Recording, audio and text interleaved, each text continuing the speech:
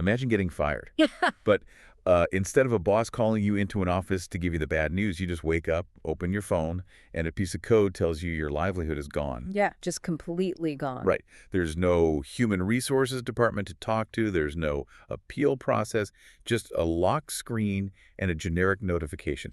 That is the reality for millions of people today. It really is. So welcome to the deep dive. Today, we are opening up a stack of sources that is honestly completely unique. We are looking at an advanced English language learning guide, but its entire curriculum is built around one massive modern phenomenon, which is the gig work reality. I mean, it is a rather brilliant way to approach language acquisition. Yeah, totally. Rather than just, memorizing vocabulary in a vacuum, we are using advanced English terminology to dissect how algorithms have essentially become the new middle management of the 21st century. Which brings us to our mission for today. For you listening, this deep dive is going to tackle the complex, hidden mechanics of apps like Uber, freelance platforms, and food delivery networks. But simultaneously, this is acting as an advanced English masterclass. By the end of this conversation, you are going to have a powerful new toolkit of vocabulary, idioms, and phrases to critically discuss modern labor. Exactly. It's a dual focus. Okay, let's unpack this, because the source material explicitly calls gig work a double-edged sword. A great phrase. Yeah. On one side, it's pitched as an absolute blessing, like quick cash when you need it. But the other edge is incredibly sharp. Let's look at the marketing language first. The platforms don't just say, come drive a car. They use incredibly potent psychological words like empowerment. Empowerment, the concept of gaining freedom and taking control over one's life or work. Yeah, It's a very deliberate choice of words, Yeah. Traditional corporate work often feels restrictive. You have rigid schedules, managers breathing down your neck. So these platforms present themselves as the antidote to that restriction. And along with empowerment, they heavily sell autonomy. Yes. The promise of independence and self-governance. But reading through these sources, the analogy I keep coming back to is being made the captain of a ship. Oh, I like that. You get the hat, you get the title, and you can hold the steering wheel. Ah, But you don't actually get to choose the cargo, you don't control the map, and you certainly don't control the weather. because you are navigating entirely within a closed ecosystem that someone else built. Exactly. The autonomy only exists within the very strict parameters the app allows. But they do have agility, right? That's another core word from the text. The ability to move or adapt quickly. A worker can switch from delivering groceries at noon to driving passengers at midnight. Right. They can monetize, turn into revenue their personal car or their free time on a Sunday afternoon. What's fascinating here is how the source material contrasts those bright, optimistic marketing terms with the actual sociological reality. Yeah, it gets dark pretty fast. It does. The ground reality shows that the situation is driven by a completely different vocabulary word, which is precarious. Oof. That is a heavy word. It is. It means uncertain, insecure, or highly unstable. And this is the fundamental trade-off of the gig economy. The agility you mentioned comes at the direct cost of the safety net that traditional jobs provide. A gig worker lives in a precarious state because the mechanism of their employment basically has no floor. No floor at all. Right. There is no fixed minimum salary. If you catch the flu and can't drive for a week, there is no paid sick leave.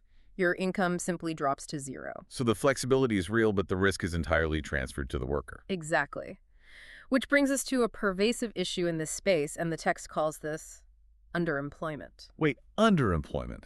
I always thought underemployment meant having a master's degree but working as a barista. How does it apply here? Well, that is the traditional definition, yes, not utilizing your full skills. But in the gig economy, underemployment takes a slightly different shape. It is about the yield of your time. Okay, explain that. You could have a driver logging 60 hours a week on the app, but 30 of those hours might be spent just idling in a supermarket parking lot waiting for a notification.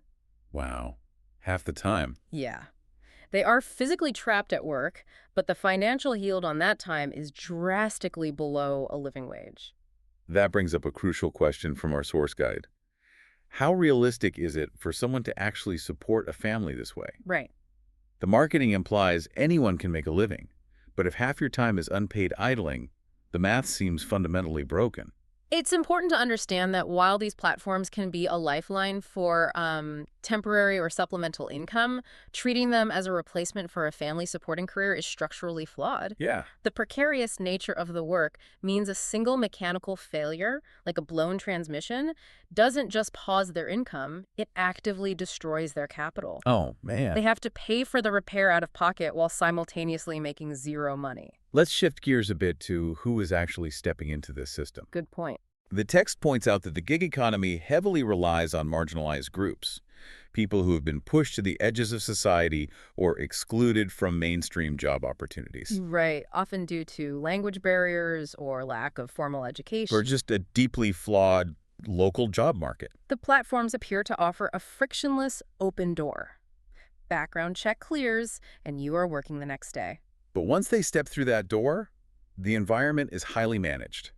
Here's where it gets really interesting, because their boss isn't a shift supervisor they can talk to. No. Their boss is code, the algorithm, and the source introduces a vital concept here, algorithmic bias. Yeah, we have this societal assumption that machines are perfectly objective. Right, like a calculator. Exactly. But algorithms are written by humans to maximize corporate profit. Algorithmic bias occurs when these automated systems treat workers unfairly based on the invisible rules of the code. Give me a tangible example. How does a piece of code show bias against a driver? Let's say a driver is offered a ride that takes 30 minutes but only pays $4. Which is terrible. Right. The driver rejects it because they would lose money on gas. The algorithm registers that rejection.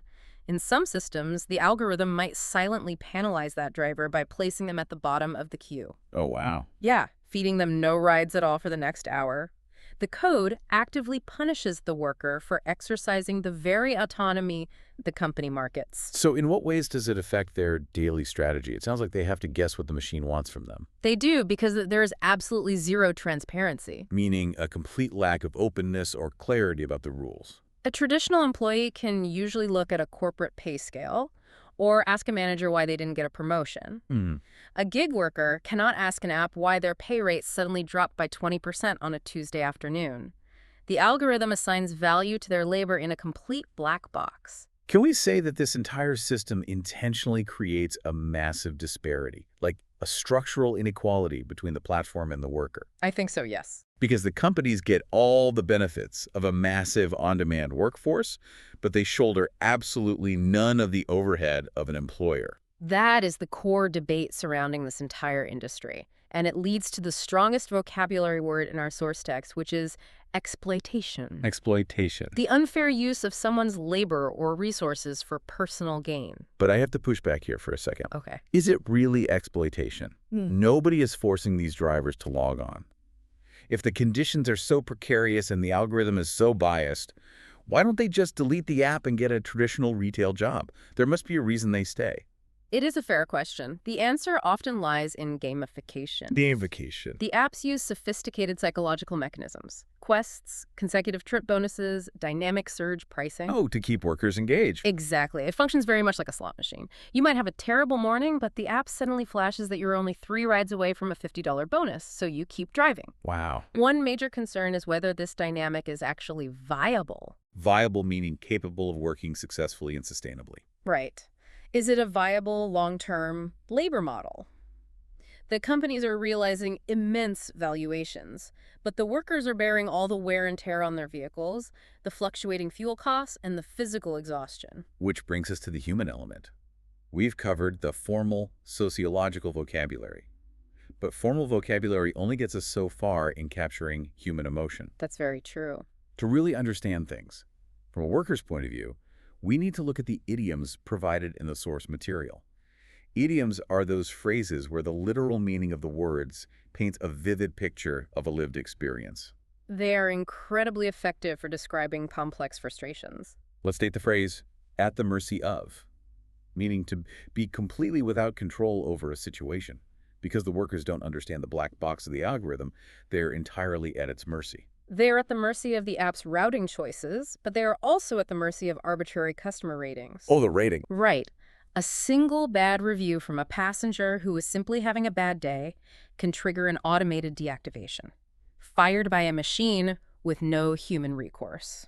And because they are at the mercy of these fluctuating invisible forces, The text notes that many gig workers end up living hand-to-mouth, earning just enough to survive with zero surplus. Think about the physical imagery of that idiom. The money goes into your hand and immediately to your mouth to feed yourself. Yeah. In the gig economy, this is literalized through instant cash-out features. Many platforms allow workers to instantly transfer their earnings to their bank account for a small fee. Right. Why do they do that? Because they literally need the $20 they just earned to put gas in the tank to complete the next ride. That is a staggering detail. It really highlights a tragic paradox here. You have workers who are burning the candle at both ends. Yes. They are working excessively hard, starting early and finishing late, just pushing themselves to physical exhaustion. Driving the morning rush hour, catching a quick nap in a fast food parking lot, and then logging back on to capture the late-night bar crowd surge pricing. They are burning the candle at both ends just to make ends meet, to generate just enough income to cover unavoidable expenses like rent. And despite all that relentless hustle, despite demonstrating that agility we talked about earlier, they find themselves caught between a rock and a hard place. Facing two equally difficult, damaging choices. Let's apply that to the car repair scenario you mentioned earlier. The brakes on your car are completely worn out. The rock is you log onto the app, drive dangerous hours with bad brakes, risking an accident just to earn the money to fix them. Right. The hard place is you stay home, keep yourself safe, but earn zero income and miss your rent payment. Rock, meet, hard place.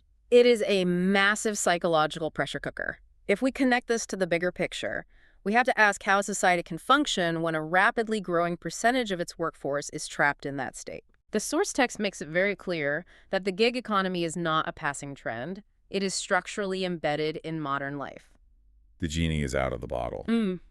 We all expect our groceries to magically appear on our porch in an hour. They aren't going back. We really aren't.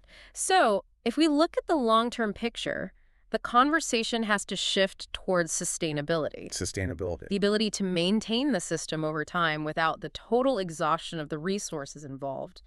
And in this case, the resource being exhausted is the human being behind the wheel. How do the sources suggest we achieve that sustainability? Through regulation, governments and policymakers stepping in to enforce baseline protections. The goal of that regulation is to create an equitable system. Equitable. When we talk about an equitable system, we aren't just throwing around a buzzword. We mean a structure where the person creating the physical value actually gets a fair, just share of the profit, along with basic protections. To discuss these systemic solutions, our source guide offers a brilliant list of traditional English proverbs. Proverbs are essentially cultural wisdom passed down through generations. And it is fascinating to apply centuries-old wisdom to something as modern as smartphone algorithms. It proves that the fundamental rules of human nature and fairness don't really change, even when the technology radically does. Should we consider the fact that regulating this industry right now, even if it causes disruptions to these massive tech companies, is better than waiting for a massive economic crisis later? The proverb here is, a stitch in time saves 9. I love that word. Solving a problem early prevents it from snowballing into a disaster. The mechanism there is clear. If society provides Social Security, healthcare nets, and minimum wage floors to gig workers, now that single stitch, we prevent the systemic crisis of millions of unpensioned, physically burnt-out workers needing massive state assistance a decade from now. Right. Those are the 9 stitches. The text also notes how workers are trying to protect themselves using the wisdom of another proverb. Don't put all your eggs in one basket, meaning don't rely on a single source of income or take on concentrated risk. You see this constantly if you look closely. A worker won't just drive for Uber. They will have 3 phones mounted on their dashboard. Oh, yeah. One running Lyft, one checking for DoorDash orders, and one looking at Instacart. They are actively diversifying their platforms because they know how precarious relying on a single algorithm can be. They're forced to become their own risk management department. Now, there is a psychological proverb the text uses to explain why so many people continue to flood into gig work despite everything we've just discussed. The grass is always greener on the other side. Yes, other situations often seem better than they really are. If you are trapped in a monotonous office job looking out the window, the idea of driving your own car, playing your own music, and setting your own hours looks incredibly green and vibrant. But once you cross over to that side of the fence, you realize the grass is mostly artificial, and you are solely responsible for paying the water bill. That is painfully accurate. However, the source material doesn't just paint a picture of total despair. It acknowledges,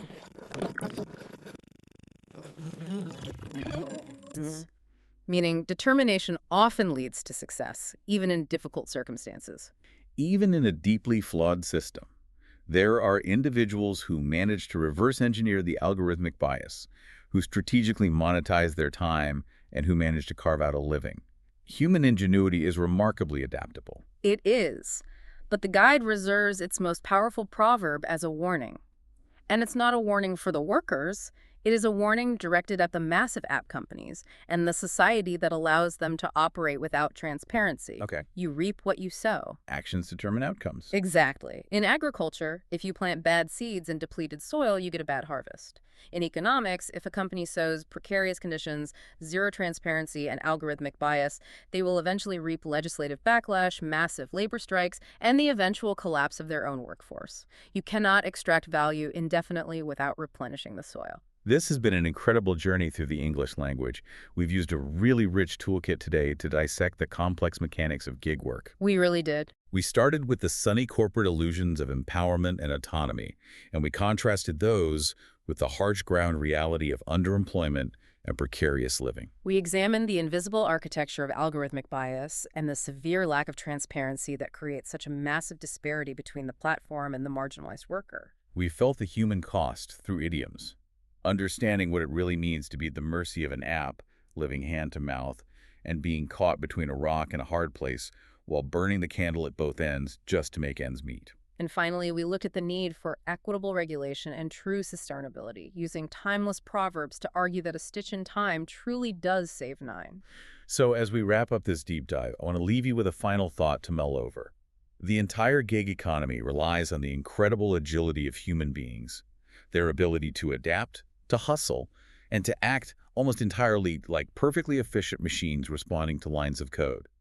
But humans are not machines. No, they aren't. And if these companies continue to ignore the profound wisdom of you reap what you sow, what kind of societal harvest are we going to face when an entire generation of underemployed workers finally burns out their candles at both ends? When that double-edged sword finally cuts too deep to hold on to, it is something to think about the next time you tap your screen and expect a human being to magically appear at your door.